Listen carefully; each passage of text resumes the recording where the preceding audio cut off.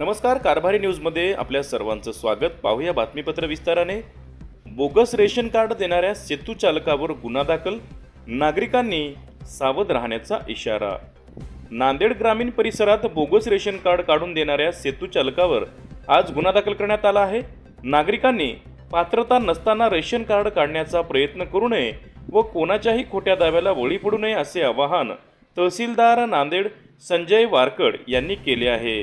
आज तहसील कार्यालय नांदेड येथील पुरवठा विभागाचे एक व्यक्ती त्यांच्या रेशन कार्ड ऑनलाईन झाले आहे, परंतु धान्य मिळत नाही म्हणून तक्रार करायला आला होता। कर्मचाऱ्यांनी अधिक तपासणी केली असता असे निदर्शनास आले की त्यांचे रेशन कार्ड हे फसवे आहे। संबंधित व्यक्तीला फक्त ऑनलाईन एक पेज देण्यात आले होते, तर रेशन कार्ड हे बोगस असल्याचे निष्पन्न झाले। या प्रकार लक्षात येता तत्काळ पोलीस निरीक्षक वजीराबाद पोलीस स्टेशन यांना बोलवून त्या व्यक्तीला त्यांच्या ताब्यात देण्यात आले। अधिकारी श्री रवींद्र राठोड यांना प्राधिकृत करून संबंधित सेतू चालक यांच्यावर गुन्हा दाखल करण्यात आला।